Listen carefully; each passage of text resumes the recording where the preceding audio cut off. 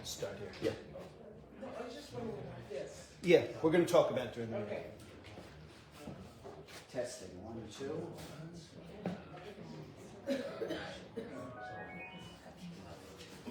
Testing, 1, 2, 3. Testing, 1, 2. Okay, now we got this to work.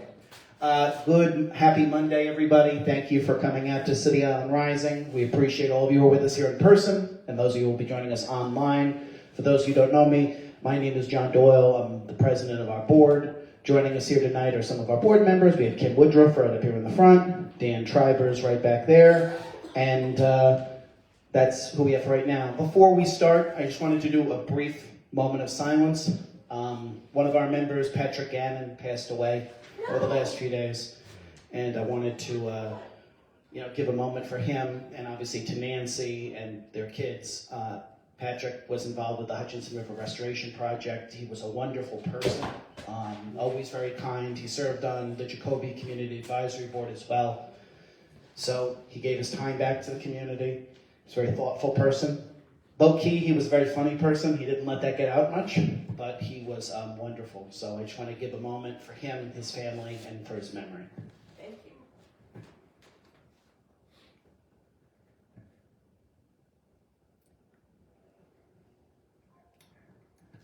Okay. Without further ado, thank you all for coming. We have a full agenda tonight, so we're going to start with what I know brought some people out here and voted a lot of comments online and in the email box, and that's our guest speaker, who's Captain Anderson Ortiz of the 45th Precinct, our commanding officer, as well as our community affairs officers over here. So let's give them a round of applause. We appreciate them coming out here. While the weather today may confuse you, summer season is on the horizon, and we've been having much better weather and much better traffic lately. So I'm going to, Captain, you could just come stand over here. Sorry about that. And I'll just go around and hand the mic to people as they have questions, but I figured you might want to give a little bit of a, help people understand the precinct's role here, what you see in the community, and ways they can get involved if possible. Yep. Good evening, everyone. Captain Anderson Ortiz. I went around when I first got here trying to shake everyone's hand. If I missed you, my apologies. But I was in City Island a couple weeks ago with another community meeting, so I know it's a vocal side of the community. We cover obviously Throgs Neck, Co-op City, City Island, and Westchester Square. Those are the big pockets of the 4-5 precinct where we tend to make sure we head to in that area and answer any questions that the community may have. So I know one of the big things one of the concerns in City Island is obviously the traffic, obviously during the warm weather, and obviously the noise that comes from the boats on the Long Island Sound. So just for the traffic portion, being that I'm already here 14 months, dealt with it kind of last year. We started it early this year.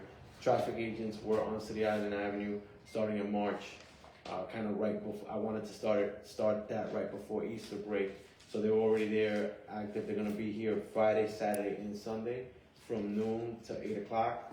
And if they get extended, if we need to extend them, we will extend them. The other resource that we're going to get in City Island once, after Memorial Day, once the Orchard Beach opens up, and we get the Orchard Beach detail, and then I will pull a couple of cops or vehicles from over there just to do directed patrols over here in City Island. The one thing I want to say about the traffic agents we do have, those traffic agents are just assigned for traffic, for spillback. Nobody's blocking the intersections. I put a car over there by the turnaround and to enter City Island. I don't know how. I'll be honest with you right now. I don't know how we can fix that problem because I see the plastic beams there that are supposed to stop people from cutting people off, but at the end of the day, I'm not gonna ask these traffic agents who are traffic agents. They're not uniform. They're not police officers. They're traffic agents. I'm not gonna ask them to step out and be on foot, while people are driving their vehicles. It could put them in harm's way. So I have the car there, kind of as a deterrence. But that middle lane, from what I saw, especially I want to say, not this past Sunday, the past Saturday and Sunday where it was nice. it took me a couple. I wasn't using my lights. I wanted to sit through just to see how long it takes to get in. It took me a while to get in, but I don't know. Maybe we could go back and forth with some ideas on how to fix that. I'm willing to hear that, but for the safety aspect, just keeping that car there is probably the best I could do at this time. Having said that, that day specifically where it was busy was a nice Saturday one. I think it was the first nice Saturday of the year. I put a car over here just to go up and down, just to stay here because I know it took me about, I want to say roughly 20 minutes to get into City Island. So I put a car here just to be here for that night, just in case something happens where we need an immediate response. There was a car already here, and what I told him to do was stay in the fire lane, pretty much up and down the bridge, up to the first light over here, then turn back around and go back across. That way nobody's cheating. I didn't have him go all the way down to the dead end and back around because it would take too much time. Besides that, I know there's a lot of concerns, and the other thing I want to say, we have our community council meetings the first Thursday of every month. So please, if you have any concerns, you feel like you're not being heard, please attend those meetings. That's a guarantee. I try to make my best effort to make sure that I'm there. And if you have any issues that you need a face-to-face, that's the best way to get to me. With that, I'll pass the microphone to John if there's any other questions. Okay, hands, everybody who wants a question. I see Barbara's hand is up, and then I'll go to Steve. Yeah, you said you don't go up and down, you just stop at that first place where you turn. The biggest problem to me is the people that do go in the fire lane and pass other people. And you said they're not cops, the people that are there. Can they give people tickets that use the fire lane as a... So let me just start. The traffic agents is 8 traffic agents. So I have 2 at the circle, 2 at that first light, and then they're spread out. The other 4 are spread out.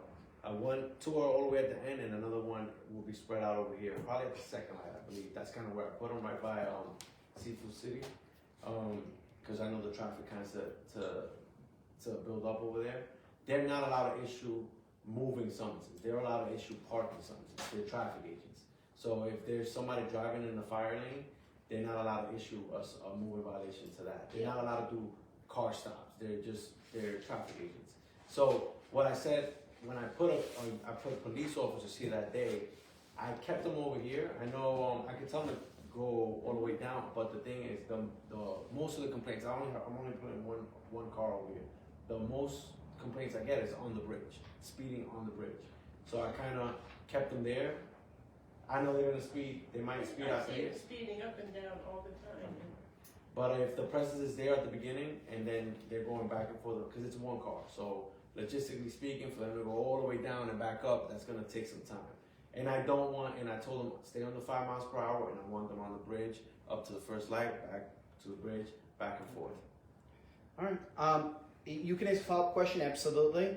This is the start of the dialogue, so just keep that in mind as well. I just Yeah. wanted to say that it's Of not course. just up to the bridge. No, and I completely understand that, and I know that, but I'm just trying to give the presence there for the people entering, and that's, in my experience, that would kind of stop some of these people. Oh, there's police over here, let me not go. You're gonna get that 1 or 2 knuckleheads that might speed, but the presence at the beginning, back and forth on the bridge, I think that will deter, being that it's only 1 car.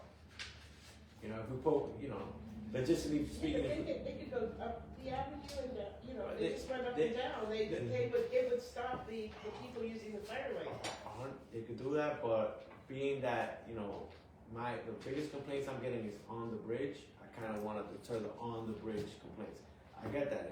We can tell them to keep going down, but then by the time they get all the way down at the speed that I'm telling them to do it and back, it's going to be some time. And then the speeding on the bridge, which is where we get a lot of fatalities and everything, the presence is not going to be there.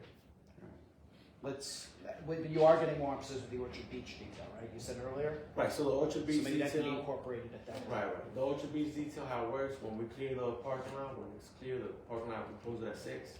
Once we clear that parking lot, I put 1 car over here on top of the agents. Okay. We'll continue a discussion on this. We're just trying to get everybody here, I know Steven's got the microphone, so go ahead. You said you do have a regular policeman on the bridge So, in a car? so, So the reason why I'm saying that, to answer what you're saying, I've experienced a lot of people utilizing the center lane and they'll speed up going over the bridge. I think if you had a police car in the middle of the bridge and you see these guys coming around, I think even if it took 1, 2, 3, 4, whatever number of cars that come, each of them should be ticketed Yes. as they're going over the bridge. And I think if you had the car in the middle of the bridge, it would deter that from happening, because it's a big problem. And I get frustrated, when you're on the line waiting to get into City Island, and you see these people jumping the line and going down the middle, you'd like to shoot them. I When mean, there's it's terrible. been That's not fair. a vehicle in the bridge, like, On the bridge. yeah, on the bridge, In the middle. in the middle, more towards this end, then that, so they can see it coming from the other side, that seems to be one of And those if you see things that person going into the middle lane, at that point, they should be ticketed. The emergency lane is there for emergencies, and that's the one question I have, one thought. The second thing is, I think the traffic agents should be in the middle of the street directing traffic, rather than being on the curb, or sitting There was in, an or sitting, excellent traffic agent or the sitting other in day Dunkin', who was and sitting, actually waving or people. sitting in Dunkin' Donuts, and there's a lot of traffic going on, and there's no one out there policing, or directing the traffic to move on. I mean, if they were, let's say, by one of the traffic lights, and encouraging, if the light is red, if they're in the middle lane, let encourage the traffic to keep on moving, so that there won't be any backup in the, coming over the bridge. I think that would help. But I think they have to be out in the street, not on the curb, and just standing there and not doing anything. It happens a lot. Building on, and let's give it to Kim here, but building on what Kim just said, there was, and I was pleasantly surprised by this, there was a gentleman who was the traffic guy out by Dunkin' Donuts the other day, and he was out in the middle of the street directing and doing that. So does he do that on his own fruition, or is that like something that he's instructed to do? Was he just going above and beyond, or, because he was out there, I saw him Yes. too, in the street. I feel That's bad, I actually my think I question. honked the horn at one point, because I was like, why is everyone stopped here? And then I see he's there doing his job, or maybe it was a she, I didn't get a close look. But that person was really in the streets. so, again, the Yeah. traffic agents are gonna be a Friday, Saturday, and Sunday, those are the heavy days. The police officer on the heavy days, will direct the car over here. I just, it's not every time, but. I'm just on the saying, heavy days. I think that would help. Right, so the traffic agents, they are instructed to, to prevent spillback, to, Okay. keep that middle, the intersection clear. That's what they're instructed to do. I can speak to them, I get mixed reviews all the time. I get the reviews that they're doing a good job. Sometimes somebody might catch the guy that's been there for 8 hours and he might be on the curb, and then I'll get the call about that. Having said that, I'll pass that message to their supervisors, the traffic agent supervisors, that, for them to be more in the middle of the street and direct traffic. And again, that's one of the, to your point, the meetings I go to, I hear people that they don't want them on the bridge. Then they want them up and down City Island. Then I get people that want them on the bridge. So it's something that we're battling, and we're putting one call when we can. So just keep that in mind. They do both. Last year I was keeping them on the middle of the bridge. Then the first meeting, the community council meeting, they weren't too happy about that. They want them kind of at the end. They don't like them standing by the Dunkin' Donuts either. The car there by the Dunkin' Donuts. So it's something that the message gets passed along, and I'm trying to please everyone. Kim? My source of frustration is that the quality of effort that the traffic agents are making is like really disparate. There's plenty of resources. I think there's plenty of people, and that's, money not always well spent, because they're really, you can put a car by the traffic circle, But if that guy's sitting there like, nah, talking to his friend, like, it's not imposing at all. It's not doing anything, even a little bit. The people are like, okay, that guy's just, like, they know. And so, like, I think some consistency with, like, if you're the traffic agent here, like, what is the expectation of, like, what your job is would be really helpful. I understand your point about keeping them safe, but we have had traffic agents in years past that were at that entrance onto the road from the traffic circle that were more proactive, and the results were better. For example, they were waving them around To go back around the circle. yeah, That's to go key. back around the Right. circle, If and that that was happens- very effective, because there's no consequences, honestly. Right. Like, there's really no consequences. Like, they just needle their way in. They get away with it. Nothing happens. So why wouldn't they do that? Like, if they feel like doing it, or speeding across. Like, I mean, I guess my question is, like, do tickets ever get, like, is anyone ever pulled over for some of this crazy driving? Because I've never seen it. I've never seen anyone pulled over before. So we can do an operation here from without police officers. I can assign when we have the flexibility. I can assign somebody to do that. Now the traffic agents, I just want to clarify, they're not assigned to the 45th precinct. Traffic agents are assigned to Traffic Enforcement Division. We put a request in as soon as we can, especially when we know the warm season's coming, and they send us these traffic agents from outer boroughs to be posted in City Island due to the condition that exists in City Island. I will communicate that with them, and I will try it out. You know, the only thing I've witnessed it personally, the circle, it's to ask a traffic agent to put their car there, and then step out onto vehicles that are driving sometimes recklessly, who aren't listening to the traffic laws. It does put them at risk. I see it from their point of view. It's not something that they're I don't know if that's their function in that circumstance.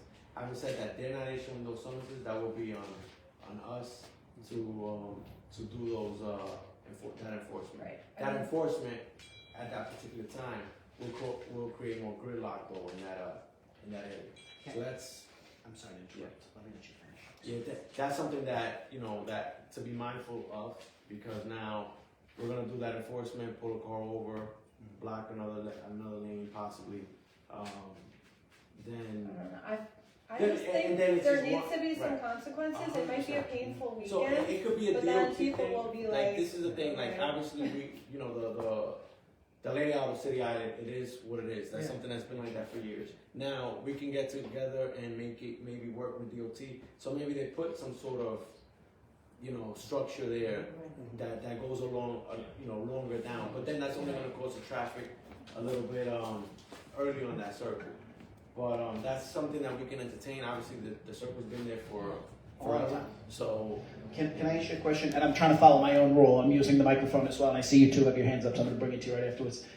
In past years, I think they've had some good efforts when they brought the parking cones and kind of set up the cones beforehand. If it's set up at the beginning of the day, I think people do respect the cones so long as there's an eye out there. And I think a lot of the times, I understand where you're coming from, these agents, you can't ask them to risk their lives. I get that. But if you have parking cones out there, and if they're just out in a protected area standing nearby, it does seem to enforce a better behavior, at least by the circle. So something to consider. no, 100%. And Okay. thank you for bringing that up, because I didn't think about it. Obviously, everybody here has lived here for a while. They've seen different tactics. So I will pass that along for this Thank you, week. Captain. Okay.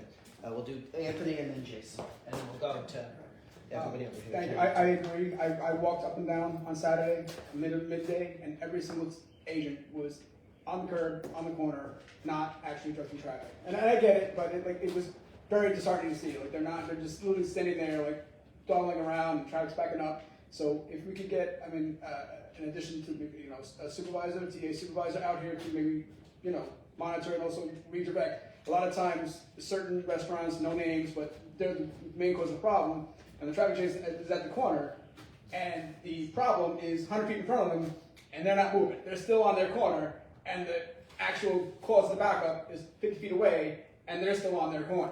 So it's like, if we get a sergeant out here who can say, okay, hey, you know, come up the intersection and temporarily address this one issue, we might solve some problems. So they do have a traffic sergeant. I'll address that to their overhead command, and you know, so that they could follow that direction, you know, to the traffic agent. And just, I want to follow up randomly. Quality of life in terms of the paper plates, are you guys, is that still on your radar? I mean, I know it sort of faded away after COVID or whatnot. No, it definitely is on our radar. You know, we've been battling grand larcenies of automobiles and grand larcenies of vehicle accessories. So, you know, anytime I get a overtime, that's kind of where I deploy my officers to.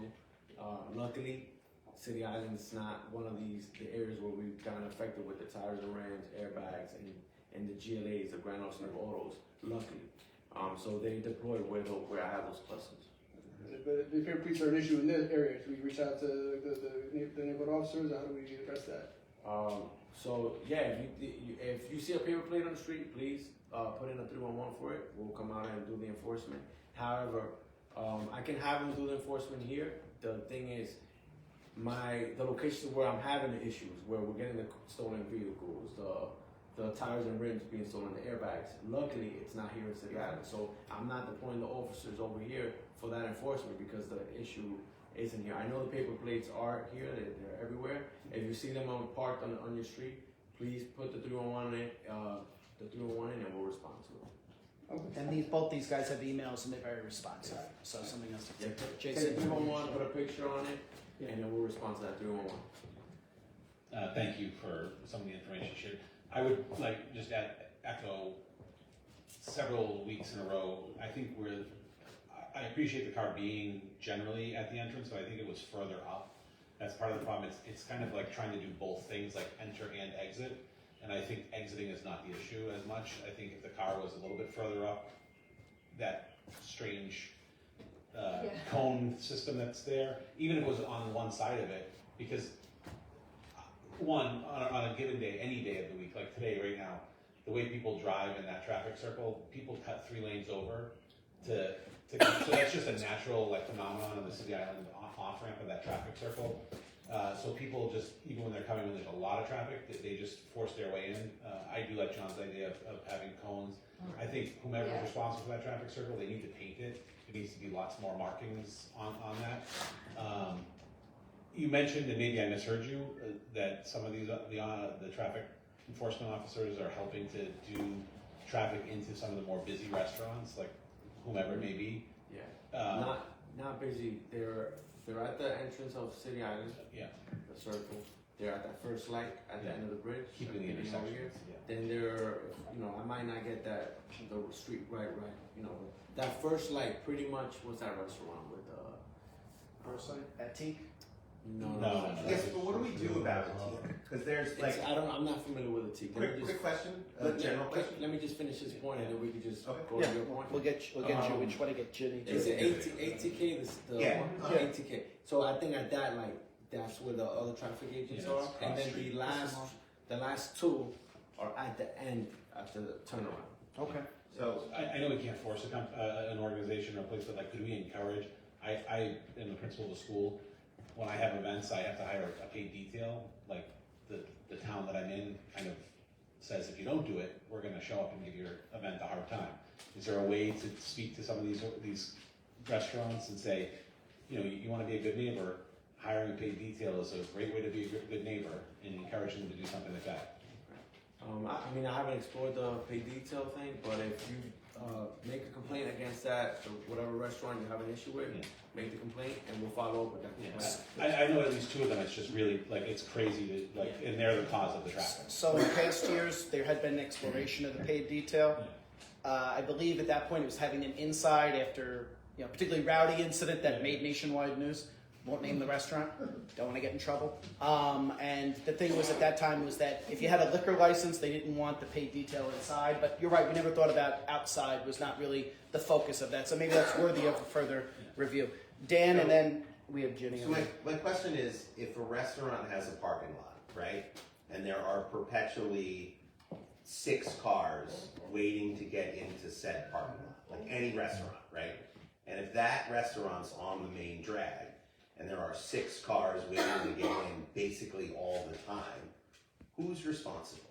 Like who is the one? Okay, so what happens, right? Because then there's those 6 cars, and then the whole rest of City Island Avenue is waiting behind those 6 cars. So my question is, what happens, right? What is protocol? Are the people who were stopped on City Island Avenue, are they impeding traffic so they could get a traffic violation? Is the restaurant responsible for not getting people in? Like, because if there's no system, right? Like, I understand, and listen, I run a business on City Island Avenue, and people stop to look into my store, and that causes traffic sometimes. I accept that. Like, I accept that you can't control all of it, but if I guess that's my question. If there's 6 cars waiting to get into a parking lot all the time, who's responsible? Like, what happens? That's a very tough question to answer from my point of view. How I see it is, you know, Because if there was, sorry to interrupt, real quick, if the officer that was on the corner, right, was literally just waving people around those people going in, then City Island Avenue would move quicker because they wouldn't all be waiting. Because you don't know that. If you're waiting behind them, you're waiting, and then all of a so sudden. it'll be an you go. issue of having them drive on fire lane to get by. So Right. I can, let me know which other restaurants that you see the grill on. Maybe I will change those traffic agents closer to that intersection. Is that something that you guys are Yeah, capable we'll of doing? if that's where the grill out's happening, it could be that restaurant, it could be other restaurants, It's, on any given week, one restaurant might have more people than another one, or maybe it's the same restaurant every time. It tends to be If the it's- same couple restaurants. If it at the tends beginning of the to be the same one, we can shift the traffic agents, and again, traffic agents are not assigned to the 45th precinct, they're not cops that I get in my precinct, that I talk to every day. These are agents that are coming, that are here, different agents every week.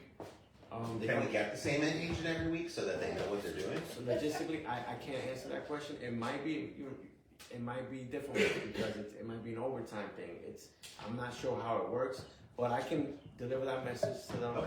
I can post change them to the locations that you're gonna tell me, and hopefully that works out with the issues. My whole thing is hearing the issues. I know the traffic's an issue, so I get traffic agents over here. Now, where do you want them? We can discuss that, and I can ship them over. And then, I'll go to another meeting. It might be a different location, but that's the game that we play, and we'll, listen to the community concerns. We'll shift and put them there. Thank you. Jenny? I feel like singing a song. Thank you for coming. I really appreciate that, and I'm sure we all do. My concern, or my angst since I moved to the island, is that there is not just at least one police presence for just being here, because it seems like we're kind of exposed is all. So that being said, the 2 different dimensions of this traffic issue that seem to be a big problem that weren't mentioned, everything else I agree with also, but is double parking, which narrows it down to the emergency lane, and it all happens around the restaurant. So you have now both lanes with double parking. You have to use that lane in the middle. And then the U-turns are out of control. Because they're not thoughtful, they don't go to the intersection, make a U-turn, or go around the block. They'll come right out of a driveway or come straight and just randomly make a U-turn and block traffic. Everybody's stopped dead in both ways, get stuck. So those are the 2 other things I haven't heard any solution to, and was thinking that if there was a presence of the ability to give a ticket or so on, that it might be good. And the last thing I was thinking is, I thought I saw, but maybe not, did we have a flock monitor out there at the beginning? You know what the flock monitors are? No. It watches cars, when they're doing something wrong, it gathers their information, and they can have the ability of giving a ticket, that sort of thing. It's not a camera, but it's like they have them at Home Depot. It's probably overkill, though, in terms of information they get, but it is something that is accountable, that holds the individual accountable for what they're doing. And I think people just think that they're not going to have a ticket or anything happen, so why bother? So again, the fly camera, I don't know about, and that wouldn't fall under us. You know, again, we could put in a request for maybe for DOT. I don't know if this has ever been thought of to, you know how if you're in a bus lane, you get summons. If you want to put something like that in place in City Island, you know, that we would have to go through the channels of that. I don't know if that's ever been thought of. So on that point, thank you. So we have 2 speed cameras right now. One is right outside the church on Pilot Street. The other is on Carroll Street. I put this on here at the request of some of our members. I did reach out to the DOT commissioner. She's going to be coming to a future meeting to do something just like this, because some of these things, and I appreciate the captain being here, some of these things are in his jurisdiction, as he points out, some of these things are not in his jurisdiction. She is going to come here, but I mention this because a speed camera is being installed as you enter City Island as part of the City Island slow zone. She's also going to come here with the data, with the figures, and explain the slow zone, what steps they've been taking, and what the data has shown. So that's going to be part of what she does when she comes here. Yes, Jason. Just for clarification, because I Yeah. think I mentioned to you offline related to potholes. Yeah. Coming into this, Yeah. who owns? Yeah. And I know it's not the New York City Police Department, but who is responsible for the roads? Okay. Then we got a lot of questions about this. So the roads are technically under the Parks Department jurisdiction, and that's why it's kind of a hot potato between them and DOT. A year, 2 years ago, well, even longer than 2 years ago, we had the deputy mayor's office come here, who oversees both parks and DOT. We need them back involved because they need to tell which agency to do what. And that's why you saw some of the resurfacings take place. I actually have a meeting on an unrelated matter with the Parks Commissioner tomorrow. So we're going to try to get that back in place. But I have been emailing because we got a lot of emails exactly what you talked about. So thank you for that. Sean, go ahead. Okay. First, I want to thank you guys for coming out. I know it's not easy to always hear the complaints, but you know, when you live here and experience it on a daily basis, it does kind of build up when you get a chance to let it out. You do. but some of the issues do need to be talked about with DOT, so that's understandable. But I think some of the responses about presence is important because even though you can't enforce everything, being a deterrent is a big factor. So a lot of times when people see a car and they see a uniform, they don't actually know what you can and can't do. So just kind of being there as a presence does have an impact. So I notice sometimes I think the traffic cars parked on the side. So I don't know if they could be parked in the fire lane. I don't know if that would be a violation. Now, I'm not talking about the one at the entrance. I mean, even like by Dunkin' Donuts. Because just the cars being there does serve as a deterrent in the sense that, again, people don't know they can't get a ticket. Yeah. If there's no car, if they, you know, in the off season when you guys aren't there, you're gonna see a lot more of this because there's no car. So instead of just focusing, I guess, on enforcement, I guess deterrence is also a big factor. That's all I want to say. No, and again, it's my job to come out and this is his complaint, so it's not something I'm bothered with at all, but there's a lot with the car. So for instance, these traffic agents, they come in a car, they get dropped off. Sometimes that car gets put on the side unattended, and that's kind of, hey, where they might take their lunch. So you might see a guy there, that's his lunch hour, he might be in the car on the side. There's a lot that goes on with the car. Sometimes there's 8 people that were dropped off, and only, you know, they use that car, drop it off, park it on the side, and they're not using it up there. And then, you know, there's a lot going on. Sometimes the supervisor has to cover another set of traffic agents somewhere else, so there's a lot going on. Again, where we're placing them, when you tell me where the grid locks are, that will help me a lot. And with the car, I put it up there because that's the, you know, #1 complaint is the entrance of that of City Island. So, you know, there's a lot going on with the car. That's all I gotta say. It's you know, I don't want to get into there's 300 scenarios regarding the car, but I put it up there for the most part because of that's the entrance. That's the biggest complaint. I'm gonna definitely do the cones, maybe some barriers. I gotta see how that goes. No, thank you again for pointing that out. Cam, we did get a few comments here on Facebook, and we got a few emailed. So I'm just going to read out the Facebook ones first, whatever you want to say, and then we'll do the email ones. First comment, parking on Cross Street Friday, Saturday, and Sunday by restaurant patrons is going to prevent fire trucks from entering the neighborhood if there's an emergency. Enforcement by the precinct is inconsistent or non-existent, the person says. And the second one is, hi, can we please address the loud music coming from all over the Bronx? This can be heard for miles. So, two different things, and you might want to get into the harbor patrol, I know, because you give some contact there. But I guess if you want, so the first person, it was about parking on Cross Street. Yeah, so Cross Street, That's by the first light. right. So at the beginning of the Q team program, that was one of our top chronic one locations, and we did a lot of enforcement there, a lot of summonses. It's not in our top 311 location anymore. So, Okay. you know, the complaints it's stepped over. It was, since I got to this command for a year, it was in the top 10, sometimes number 1, but definitely top 10 every month. Every week when I checked, Cross Street was the number 1 complaint. Hasn't been on that list for a while. I know we reached out, my Sergeant Major, one of our Q team sergeants reached out to try to maybe figure something out with the DOT. Signs there, maybe they weren't visible, maybe the trees were blocking, is what I was being told. And I don't know if that may be the issue why the complaints went down, but that was one of our top 311 complaints, and it hasn't been on our top 311 complaints in a while. Now back to the harbor, the issue with the water. Obviously, it was in the paper last year. We did harbor patrol. I don't remember the specific number, but they were here doing enforcement. They targeted one of the individuals that was known to throw these parties. In 1 month period, I know they issued over 75 summonses to some of these people, playing the music on the boats, and that's gonna be in effect again this year when it comes that time of the year. And then the person was saying like loud music all over the Bronx can sometimes be heard here. I know you guys do some operations on that. Could you explain that for everyone here so they understand? Yeah, so we have the car meet location. Obviously, Brush and Slide, Ferry Point Park is our number 1 car meet location where we get the large speakers set up there.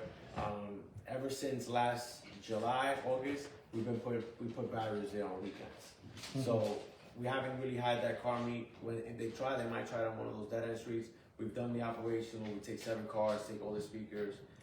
So that's something that we do work. We got cameras there so we could observe that location and the barrier. So to avoid anybody from congregating in that area. In terms of the rest of the Bronx, it's something that we fight with the car mates, and we have a detail every Friday, Saturday, and Sunday where I myself work it sometimes where I'm with 12 other vehicles trying to prevent these car meets from happening and doing the enforcement. A few people emailed in complaints. The only reason I'm sitting down right now is because my phone being near the iPad actually helps with the reception here. One was illegal parking of US Crane, which is down the block here, one of the manufacturing yards off Pilot Street. Cars and commercial vehicles on Pilot Street. It makes it difficult for vehicles to reach Pilot Cove Manor. Please ask the captain to do something at your next meeting. So the one thing I want to say about that, because I know that question was coming, we checked since February. We only have 1 call, 1 301 call. All right, so we'll advise this person to call more. Put the 301 complaints, and we'll respond. But for 1 complaint in the last 56 days. I get that. Okay. Second one is I'm writing to raise attention to the urgent concern regarding traffic safety on the City Island Bridge along City Island Avenue. While traffic enforcement officers are occasionally present at the beginning or the end of the bridge, they are often observed outside their vehicles and not actively monitoring or addressing speeding vehicles, particularly those driving recklessly in the middle lanes. The lack of enforcement is allowing dangerous behavior to continue unchecked. The situation creates serious safety risks both for drivers and pedestrians. Speeding in these areas is frequent, and without consistent accountability, it is effectively being encouraged. I understand that traffic safety has been an ongoing issue for the City Island community, but the current conditions are especially concerning and require immediate attention. I respectfully request increased and more active enforcement to address potential accidents and ensure the safety of everyone in the area. Yeah. So back to the bridge, back to the point of the bridge, that's kind of on those busy days, I told them under 5 miles per hour from the entrance to the first light, back and forth, to kind of deter that behavior. Thank you. Third one, I wanted to bring up the tricycle motorcycles that blast down the fire lane on sunny weekends. I've seen traffic cops stationed out at the top of the island, but it seems as though the motorists just reconvene once they pass the cops and start the motorcade. Can anything be done to discourage them from speeding and using the fire lane? The traffic agents, they're not enforcing that. So unfortunately, the traffic agents can't do that, so we'll have to come up Yeah. with a. It's like hot rods and stuff. So, I- like I saw the other day. You said hot rods? Hot rods. I don't know. Is that Yeah. an old-fashioned term? I don't know. Maybe. Back in the day. Or is that the big cars? Yeah. Yeah, the freeway. But like I saw, there was one guy in a car out of the sunroof filming. They were making like social media posts. So there was like all these different cars coming up, and the one car was there videoing them, and then they were doing the making the loud banging noises and things like that as they went by. So it was, they were putting on a film about these cars, and that's happening. Is anything done about that behavior on the island ever? Because it seems like we get a lot of these like large groups of these vehicles that are coming, they're just coming here to kind of cause problems. Right, to affect the quality of life. Again, though, please, when you see this type of vehicle, please put a 911 in for a disorderly group, and then our quality of life teams will be deployed to respond to that. That's the best way to get it, to get the response. You see that? Just call it in, either 311 or 911. If you put a 911 disorderly group, driving recklessly, playing loud music, it might come over as a 911 or it might come over as a 311. But regardless of that, our Q teams will respond to that. Now, our quality of life team response has gone down drastically. I say that every meeting. It used to be 4 to 5 hours. Now it's down to just a little bit under 2 hours for the quality of life for 311 complaints. And obviously for 911 complaints, we'll get here a lot faster. Captain, in the past, I know your officers have been very helpful. They do an operation at the beginning of the summer, and that kind of sets the tone with the ATVs and stuff like that. If there can be an operation in the May and June, and that way I understand there's a resource issue on your end that you're not responsible for. But if you do my experience living here has been if you do the operation at the beginning of the year, it kind of sets the tone for the rest of the year, and people realize something could come back. So something to consider. Obviously, it's your call. And then just something else someone brought up. Well, one question, 2 parts. One is right when you come on the island, there's the no standings. It's meant to be like a secondary lane for Seashore, for Vistamar, for Atik, that they can kind of be in that lane as they wait for their parking, but not lead to congestion at the beginning of the island. I believe that, and I don't have the signs right in front of me, I believe it starts in May, but given how the traffic season's been changing due to the weather, we might want to consider trying to move that up a little bit. Maybe that's a DOT-related issue. But even if there's something you can do on your end, where the no standings, if the cars are going into the parking lots or in that parking lane, which is supposed to be a no standing lane, it might free up the congestion at the beginning of the island that a lot of people complain about. And then I will get to, I know we got a few hands up here, and we're going to get to everybody. One other thing is there are no standings on certain street corners, Schofield Street, right over here on Hawkins Street, and a few others. If those can be enforced, because a lot of the residents, particularly on the summer weekends, can't get off they have difficulty edging up their blocks, and like you said, and I respect and I understand what you said about the traffic officers, and you don't want them taking their lives into their hands, and I agree. Some of the residents experience that too as they're edging up to their corner, so just please keep that in mind for us. Okay, I'm going to go to Nilda first because she didn't get to ask a question, and then we'll go to everyone else for a second question, and we'll go from there. Go ahead. Yeah. Thank you for coming. I agree with a lot of the issues that have been discussed here about traffic.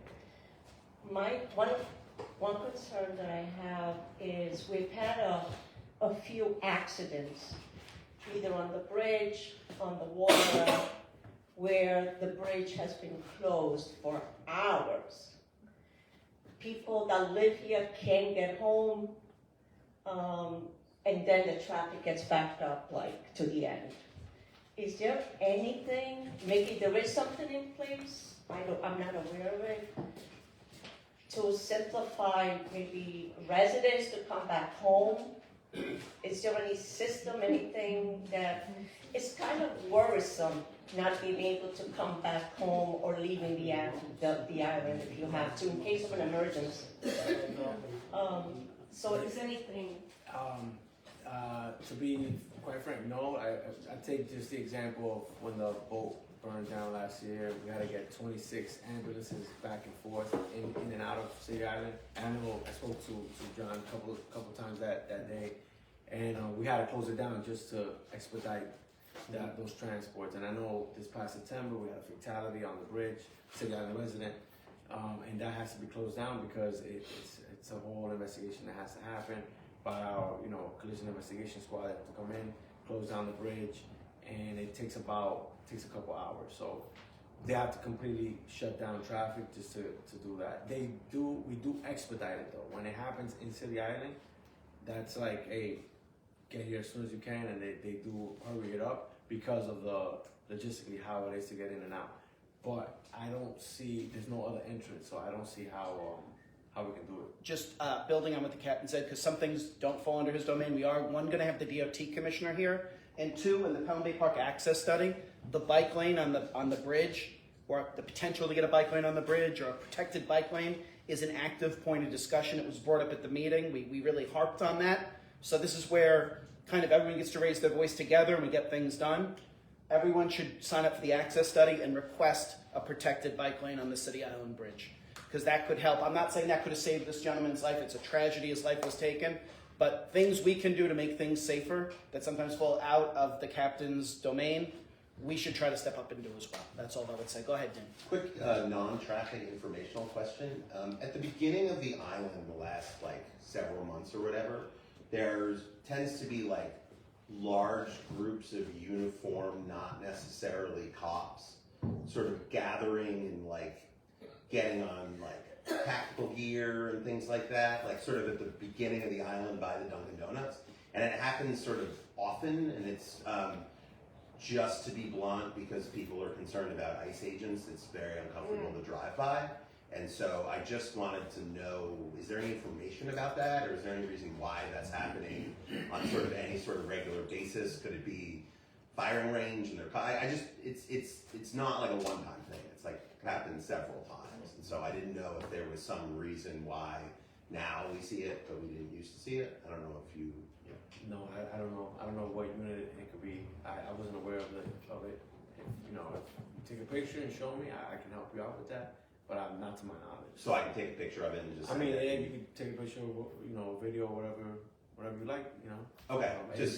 If you send me that, I can help you out with what that is and give you a better answer. But there's minivans with several people in it, and then they get out and then they whatever. I don't know exactly what they're doing, but it's right. Okay.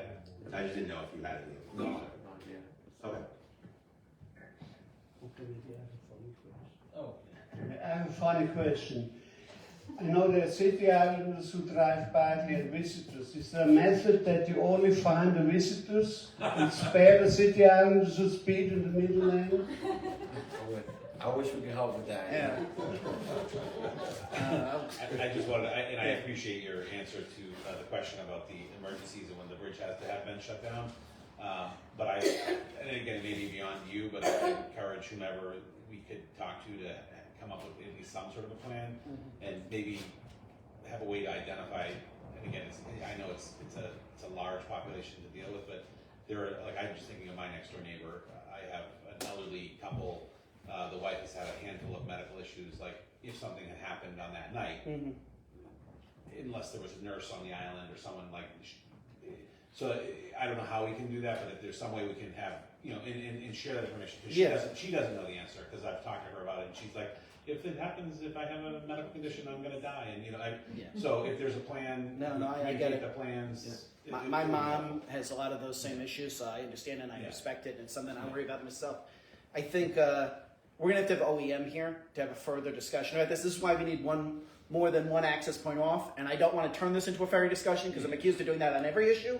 So I'm gonna pause on that and not do that here. But this is something definitely we're gonna discuss more.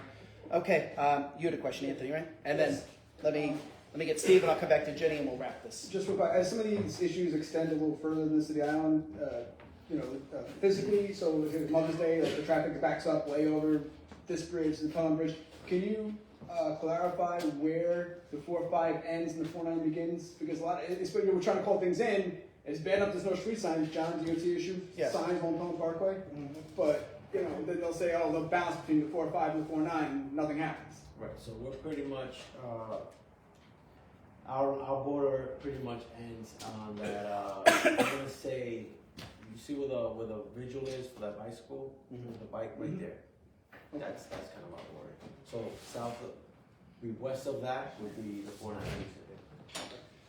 I just want to point out, because that's a very good question, and I'm not trying to add 2 cents to everything here. Can I just say, so when you call 911, you tell them the location, regardless, let's say if it is a 4.5, if it's a 4.9 incident and a 4.5 shows up, we'll handle the immediate issue, cause, and then the report taken, that'll be on our end, but we'll handle whatever issue that is. So it's just about getting to 911, 911 will get whether, you know, they mess it up all the time, not mess it up, but it's unintentional because of the borders. They don't know either, so they just throw it out there, whatever unit responds, we'll take care of the problem. That is also a huge space where people meet up to kind of do the racing and all that stuff. Yes, and I'm sympathetic because I've seen the people out there for the memorial, and they're actually quite respectful and somber, and like they lost someone who they loved, and I try to keep that in mind. But then there are other times where someone who has nothing to do with that is just out there. That because as Anthony mentioned, it's an easy marker for people to meet at, and I think they know it's between a few jurisdictions, and they can just ride on until dawn. So that, you know, Ferry Point Park, that intersection, Pelham Bay and I-95, it's another one. Co-op City, the Bay Plaza Mall, then we got Co-op City 691, Co-op City. Those are kind of the pockets we're getting. We even we're getting it on Shore Road.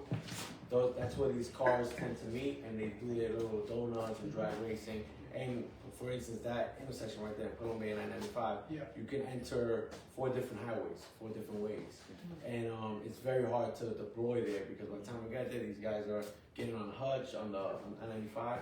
So that's kind of why it brings them in. But you know, it's something that we respond to and try to take care of. My officers have been doing directed patrols there when we know these people are out at night, and it's usually late at night. You know, 1 in the morning to 5 in the morning. Absolutely. Steve, I know you're looking for suggestions. Perhaps having one of the traffic agents be stationed at the street where the boat leaves, you know, fishing boat, or that's, what's it? We have the map here. Yeah, I do. Hold Yeah, on. just look at Is that Cross Street, John? Yeah, it's right by Cross Okay. Street. You're talking about the Where fishing the boats. traffic light is. Yeah. If the traffic agent were at that, So I think that's exactly what the traffic agent is. Yeah. The traffic agent is on here, right here. Well, This is the street where they make the left, right? So- and then the other agent is on Cross Street. okay, so what I'm saying, Cross Street is really the first intersection. So You think this? if he were there and we have that traffic light, I think if he were there, forget the traffic lights there, if he would That's encourage, what was actually happening this weekend. if they were encouraging the traffic first to two keep were on waving moving, people through. disregard the traffic light. And this way, I think the traffic would keep on going and it would stop, keep the backup of traffic coming over the bridge, to keep it flowing a lot quicker. Yeah. If you were out there, just move it without, and disregard the traffic light. And one other thing to do, just for everybody, because we're gonna take a few more questions. If we didn't get to your question, if you have an idea, you know, these guys are very responsive on email. Feel free to send your idea. You can copy us at City Island Rising, and we can follow up on it at a later point in time. But the discussion, I just want everyone to know, because it's been a very thoughtful discussion, and I appreciate you for coming here and doing this. It doesn't end here. If you have thoughts and ideas, we can pass them along. Yeah, like Steve was suggesting that, and I did see that happening, so the thing I would want to see is like, oh, that was happening, and it was working, so let's always do that. But what I see is that sometimes there's like seemingly proactive people, and then there's ones that don't do anything, so just like, you know, what is the job if you're at this spot? You know, you have to do A, B, and C, and what is the job here, and just kind of make it a little bit more clear on what's supposed to be happening, because I think if there's more consistency, I think people are really taking advantage of the inconsistency. They're like, they know they can get away with it because of how kind of ambivalent some of the traffic people are, and then some of them are great. Like, we did have actually a few good ones this weekend, and it makes all the difference, it really does. Jenny, you're our last question for the.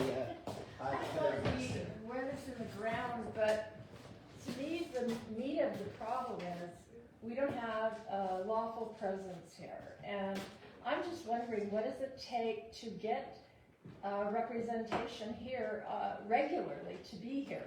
Because the problem is there's no monitoring and consequences. These U-turns I'm telling you about, they're dangerous.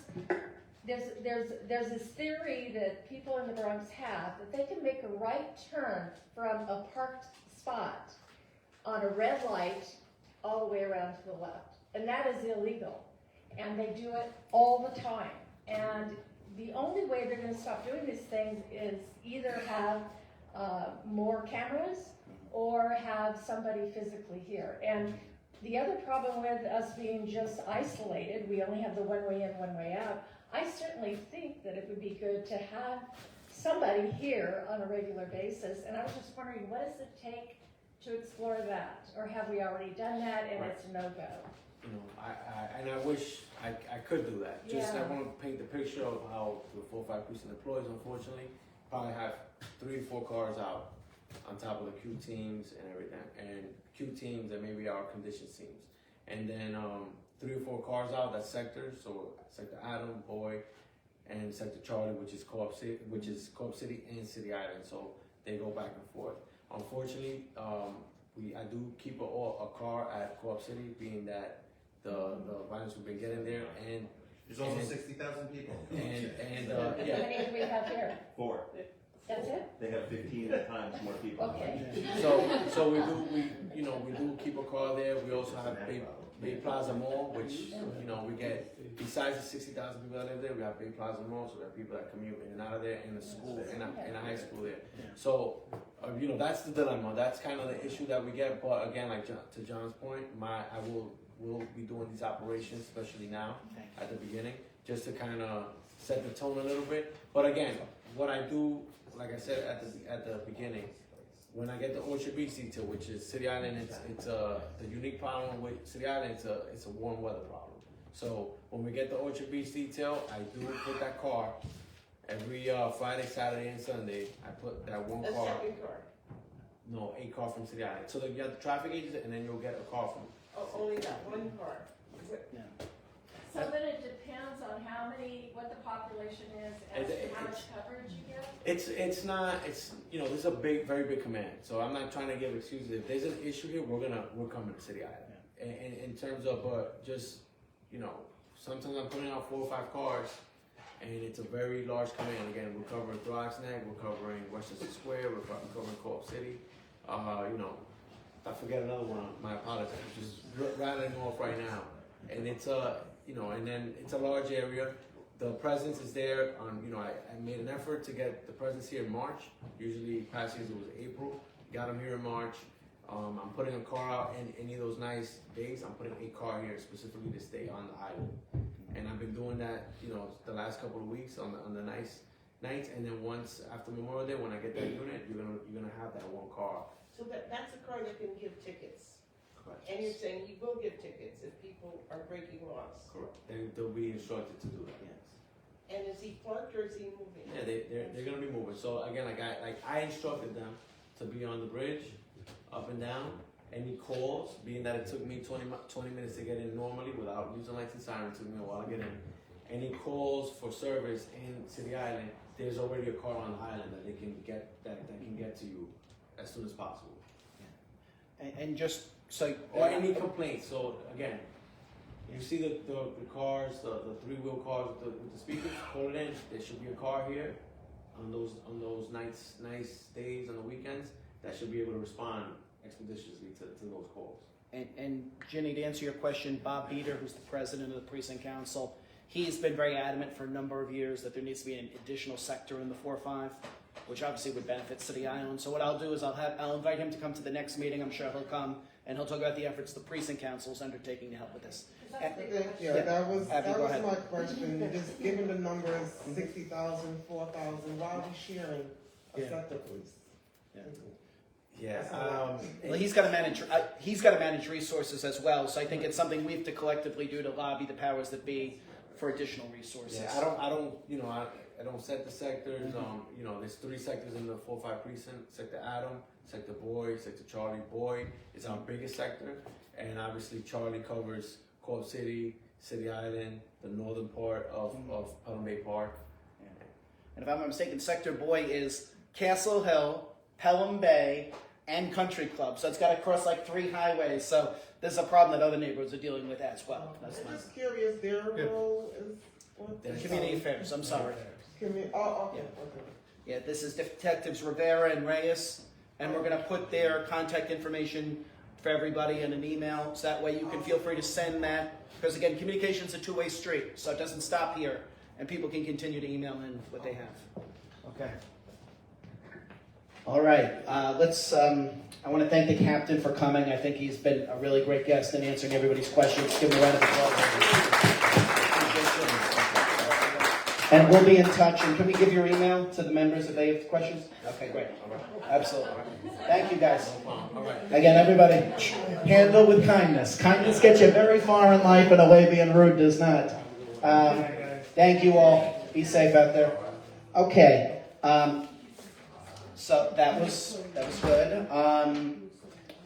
So we have some community issues. I'm going to breeze through these because I know we've just done an hour of intense Q&A. But if someone has a question, raise your hand. I will stop. First, we have some good news. Everyone remembers Ben Goldberg. He was our September meeting. He worked for the Long Island Sound Study. He spoke about, them doing a grant programs to study resiliency measures we can take. David Diaz and I put together an application for Rising. We met the first round of approvals. So it looks as if now we go to a RFP process with a contractor who the Long Island Sound Study through an EPA grant will hire. And hopefully we'll be able to come up with some real plans to address some of the flooding issues in and around the neighborhood. We originally had done City Island and the whole Pelham Bay Park area. We were approved, but the condition was we were a little bit constricted. It's just going to be the access roadways into the island, not the whole park overall. But that's going to address a lot of the problems that you guys bring up here. So to be continued, but some positive movement there. Hopefully we'll get the RFP and the contractor. They did share with us we had one of the highest scoring applications of those who applied, so that was good. 2, we have, and I passed these out earlier, we have our cleanup day with our elected officials, Save the Sound at Fordham University. Fordham University was kind enough.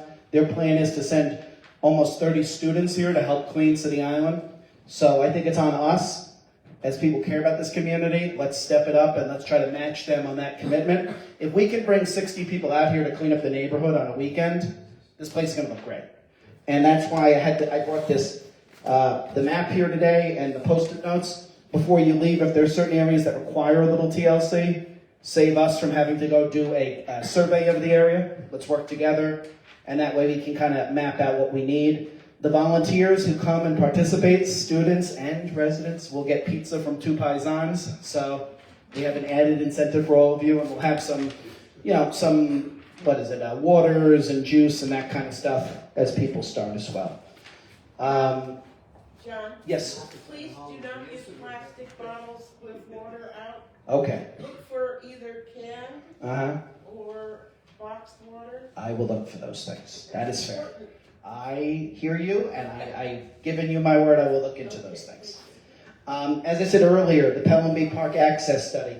This is one of those things, guys, where you go home, 5 minutes, you get on here, you can make a world of difference. Give it to your friends, your neighbors, your family members. Everyone complains about the roadways here. Everyone complains about the condition of the park. Here they're studying it. This, honestly, 4,500 people live here. 45, there should be like 9,000 complaints on this thing. We should inundate them, and then whatever the findings are, take them to the elected officials and force change. Go ahead. Yes, I could not come to that meeting. I didn't know. Actually, I didn't know about it because I was out of town or whatever. But I want to be able to communicate with these people. I just don't want to send an email that no one responds to. Do you have anyone's contact? Yes, and I'll be happy to provide, yes, I will provide that to you. But this is not just an email. This is a full study. It's a survey. I will still give you the information you asked for. I'm just pointing out because I just wanted to correct it's not just an email. That's all. But I will give you the information you asked for. So yes, we need information for the map. So if there's areas on your block that you think need to be cleaned up, if there are certain problematic areas that have been tended to, for those watching online, we've got a number of comments here when the cops were here. There's a quality of life thing, so people can feel free to email us, City on Rising, or comment in the video, and we will take those sites into consideration for Sunday. It's a good way to spend a Sunday. We're going to start at 10 a.m. We'll be done probably around 1 p.m. So come on out. And it's a good thing to bring the kids for, because it teaches them good stewardship, good citizenship, clean up after yourselves, all positive things. John? Yes. Bring our own supplies? We will have supplies, but if you can bring your own, we encourage that as well. We will have trash pickers, we will have brooms, we will have garbage bags, we will have gloves, things like that. I actually just put in another request to Home Depot for a lot of things. So, also, our ferry campaign, our first video was released about the 22 vacant storefronts. It made quite a splash. There was a lot of comments, many of them thoughtful, some of them otherwise, but that's fine. The point is it's getting noticed, so we're going to be doing more videos, and we want to be telling these videos from different perspectives. We want this perspective of a student who might want to go to a school in Manhattan. We want the perspective of business owners. A few business owners have reached out. We're working on that. We want it from residents who might enjoy going into Manhattan, maybe a family in Manhattan or Brooklyn. So if you have a good idea for a ferry video, please, please, please, the email's on here. Let's work together. Let's continue to tell these stories. People have said, well, what's different this year as opposed to last year? A lot's changed in the last year, and I'm going to just speak for a quick minute on that. Last year, no elected officials were supporting us. This year, we have a new council member who supports us, Shirley Aldebal. She supports a ferry to City Island. Assemblymember Benedetto supports a ferry to City Island. Senator Fernandez supports a ferry to City Island. We will have other announcements coming soon. And the mayor met with Dan and said he supports it as well, and we were working on that angle as well. So we are making progress. 2, at the end of 2025, the outgoing Adams administration did a vision plan for the ferry. Potential future stops. City Island was the only Bronx stop as a potential vision stop. So that is a change from where things used to be. So when people think this is like pie in the sky, we're not having any movement, it's important that those two things are very big factors. And the political people, just because I do some work in that realm, as many of you know, they don't take stances on things willy-nilly that aren't going to happen. They have a pulse on the community, they see the way the wind's going, and they want to get on board, figuratively and maybe literally in the future. Okay, DOT Commissioner, I kind of stole my own thunder on this one, but she's going to come to a future meeting. Remember, we have the slow zone, which is 20 miles per hour. So she's going to speak about that, the information, what they're doing with the slow zone, so that way people know what's going on. On daylighting, and I'm looking at you when I see this because I spoke to them about your particular request. What they're going to consider for certain future stops is they're moving away from a soft daylighting where they just put the signs up, set it and forget it. They're looking to harden some of these stops. So what they'll do is they'll put a piece of infrastructure in that space so people don't park there. So we want to find a few spots where, like Schofield Street. Exactly, yes. Those types of stops where folks, you need to be able to get in and out, and there needs to be, something there to obstruct it. So she's going to work with us on that. As I said earlier, there's going to be a speed camera when you come onto the island. The nice thing is these meetings are recorded, so let me say it clearly. While we did not request this speed camera, this wasn't something I put in for or that any of us put in for. The DOT has determined that this is needed, so this should cut down on some of the people speeding down that everybody complained about to the captain. This is another way where at least they're going to get some tickets, and that is what people here did request. I'm going to point that out. And then 4 is the bus shelters. We've been after bus shelters, a full bus shelter, not just the seats, although I think the seats are nice, and I've seen they've installed a few of those. 1 or 2 more bus shelters on the avenue, particularly probably by Pilot Street where the senior citizens are, where the senior citizen home is, but elsewhere as well. And we've been making the case that given that we are kind of a little bit off the beaten path, if there's a stormy night or something like that, and you're waiting for the bus, you're in a little bit of a predicament. So they have understood that. They're looking to work with us, and this will be something that the commissioner will talk about while we're here. So if people have ideas for that, I'll come right to you. If people have ideas for potential bus shelters, again, full shelters, please bring them to me, and please bring them up at that meeting. Barbara, go ahead. Yeah, I'm interested in the speed camera that you mentioned, that should have been brought up. I did. No, when he was here, is what I'm saying. I did. Oh. Yeah. Yeah, because that is consequences. Yes. That's why maybe you missed that in the moment, but I did, when someone brought it up, I did bring that up.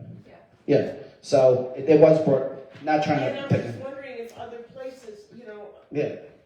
I mean, this is going to be the third speed camera on City Island, so. but specifically for the fire lane Yeah. issue on. No, that's a question of concern. Also, given that they're examining the slow zone, we had a request in for a red light camera because people are speeding through the red lights. The commissioner was saying you still want to do the slow zone study before they consider that, so that'll be another point of discussion. But yes, I hear you on that. John? Yes, Jenny. Go ahead. Do you know if these buses have cameras on them when people are parking in their... I believe so. I can look into that. Because, the Dominic's, Yeah. people are parking in that spot, only because there's no parking. Yeah. So are they double? I mean... Yeah, I'll look into But it. I was just wondering if they did. I'll look into that. I'll ask the MTA. I know that's been a problem in other neighborhoods, but I'll see what they have for here. I think it depends on the model of the bus, if they have the cameras. The 12 bus definitely has those cameras, I'll tell you that much. But other bus routes, yes. And then this, I already touched on this earlier, but the deputy mayor's office, who oversees both parks and DOT, we're starting to involve them again because we all see the moon landing that is City Island Road. No one thinks it's acceptable. I think that's probably one of the few uniform issues in the neighborhood. So we're going to try to bring them in, get them more involved. I'm putting in number 311 complaints. This came up at the precinct council meeting. Senator Fernandez was there. She's looking into it too. And her staff, Marilyn, who's watching right now, I know, but she'll be looking into it as well. So I just wanted you to know that this is not something that's falling on deaf ears. It is coming. And then they had the community board meeting here for all of CB10 last week.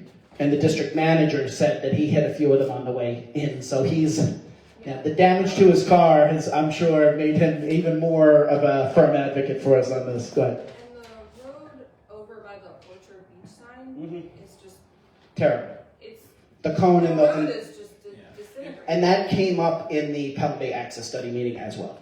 I would say on that too, we have an additional argument, the number of large trucks that came in the winter just made that road even worse. And 100%. Every truck in the city of New York was going up that to go to the ice melting or the snow melting machine. So, I mean, they did the damage to that road in the sense of, there is responsibility to fix that.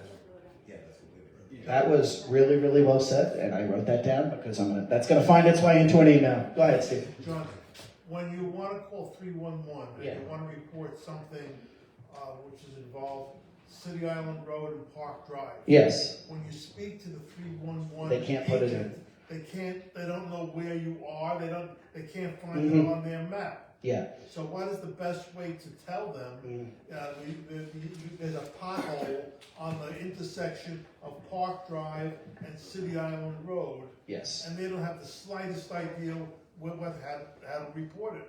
So what I've done in the past, and this is just for me, is there's one City Island Road, which is the road where we're over by the horse stables, and the second one is one Orchard Beach Road. So you can put those in, and if I'm not mistaken, right where the park's maintenance area is, there's actually I want to say it's 50 or 100 City Island Road. So those are 3 markers you can use, but if not, do as best you can, try to get a photo and send it to me, and we will get it documented that way as well. But one City Island Road, one Orchard Beach Road, and Park Drive. And yes, and one Orchard Beach Road is right near Park Drive. That was probably a better answer to your question. I think that. Okay, does anyone have any other comments, questions, concerns on things? Alex, go ahead, and then I'll come right to you, Larry. Okay, now in winter when they removed the snow on the Orchard Beach, they blocked for private cars in Orchard Beach. I used to go in winter all the way down the park. The car wonderful walks in the winter in the park, and now there was snow. It's been beautiful walking there in the park. They blocked it completely, that you couldn't go there anymore.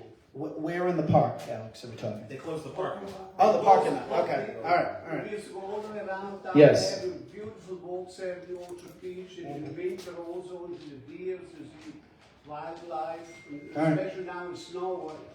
We went like with snowshoes, so it was cross-country ski. They used to make a track through there. Okay. And now they've just blocked it completely. I'll mention it to the acting administrator. We are hopefully going to get a new Palm Bay Park administrator in the next few weeks, so this will be something definitely to bring up. Mario, you had your hands up. This is tangential. It's fine. Kind of old business. When the senator was here, after we had the casino, the casino issue was kind of resolved and moved quickly. Yeah. My concern is that she also boasted that we brought up the issue of car insurance. And Yes. she said we're going to investigate it. That was 2 months ago. Yes. So I don't know if we received the receipt. Now the governor's office Mhm. is getting involved, the city's getting involved, and I was just wondering, as our representative, is she getting involved? She is. She actually addressed this at the precinct council meeting. Let's connect offline because I have some audio of that meeting. From what I understand, they're into a few different, and this is not my area of expertise, so I'm relaying something said by someone else, so just keep that in mind. What they're examining right now is, my understanding is that if two of us were to get in an accident right now, both of our insurance would pay out to the maximum. And that's the way it is right now. And what they found, unsurprisingly, is it leads to a lot of fraud in the state. So they're looking into changing that perspective. I don't know if there's going to be tort reform with that, but I know that the concern right now is that both companies pay out, and it's an additive incentive that the governor feels, and I believe the senator agrees with, can have the propensity for fraud. So that's what's being examined. That's one of the things that's holding up the budget right now, is they want to get something to lower people's car insurance rates. So that's fair. Someone else had their hand raised before I close out the meeting here? All right. Dan, go ahead. Just wanted to send an open invite. May 30th is our 10-year anniversary party at Dance Parents' House. We're going to 239 play. We're gonna have a couple bands play, and a couple bands are gonna play. Chris Gefford is gonna do some stand-up, and we have a strongman clown who rips license plates in half with his bare hands. He's a customer of ours. So if it's free, and we'd like our neighbors to come celebrate with us, so you should come hang out. There'll be flyers around, but in case somebody misses the next meeting. What day is that again? It's Saturday, May 30th. It's the last Saturday in May, and it's not Mother's Day weekend, and it's not Memorial Day weekend, and if you're a stuffed person, it's not Brimfield weekend. It's the only other weekend in May. Good to know. May 30th, for those. It's the weekend that we'll have the Orchard Beach Police coming over. So it's the bonus week, so. They'll want to meet this guy who can break the license plates. They're going to hire him for the detail. Take some of our abandoned cars. Also, before we leave, I'm going to do a plug for this. Our COAD, Community Organizations Active in Disaster, we're kicking it up for the spring semester. And we have Stop the Bleed training. So what is this? Just so everyone understands. Some of my colleagues from Jacoby are going to come to the community center, teach us how to do tourniquets, how to dress wounds. You may find yourself in a situation where emergency help isn't able to get there right away. You may find yourself in a situation, particularly now with active shootings and the crazy things that happen, where help is not immediately accessible to you. And this is a quick course. This is done, the Department of Defense endorses this particular course. It's done by the American College of Surgeons. So you're going to be taught by trauma folks how to dress wounds, how to do a tourniquet, how to bandage properly, how to address all these things. So I really want to strongly encourage everyone to come out. We only have spots for 30 people. So this is going to be posted online tomorrow, but the people who come here should have all got a flyer, so you guys get first shot at this. So please consider signing up for this. You never know when you could need something like this, and what you learn might help you save a life. We do the Narcan training, we're going to do the CPR training, but this is something else you can learn to do that can help people.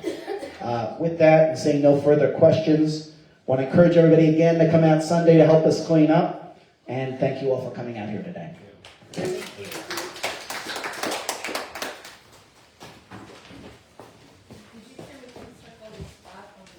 Yes, absolutely.